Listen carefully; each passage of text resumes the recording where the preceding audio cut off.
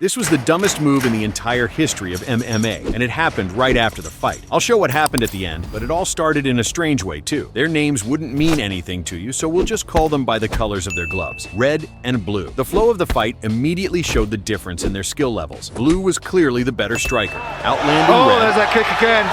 Clears opponent. And systematically destroying his opponent's head. He's still able to halfway walk. through round. I think it was the fact that he says, this guy's got no power and he can take whatever he's got. And he was just saying, I told you so.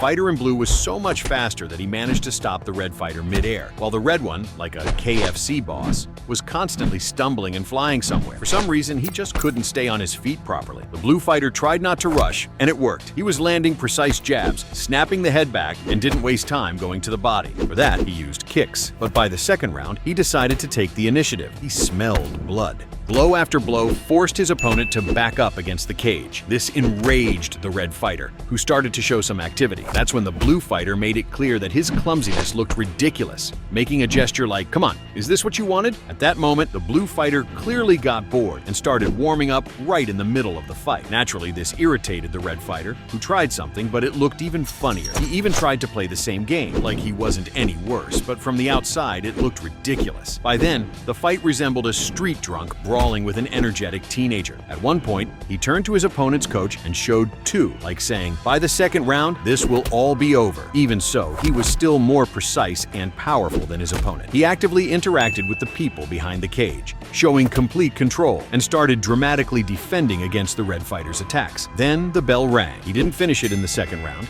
but he was clearly superior. In the third round, the blue fighter started clowning even more. It seemed like an example of taunting that would be punished in the end, but the red fighter, still like a drunken master, couldn't land a hit and even tried to clown back in response. Casa playing to the crowd. Blue cracked Red's skull, dropped him to the canvas, and finished him on the ground to secure a third-round stoppage. However, the most interesting part began after the fight was over. Blue walked over to confront Red's corner, and the exchange got heated fast. Yes!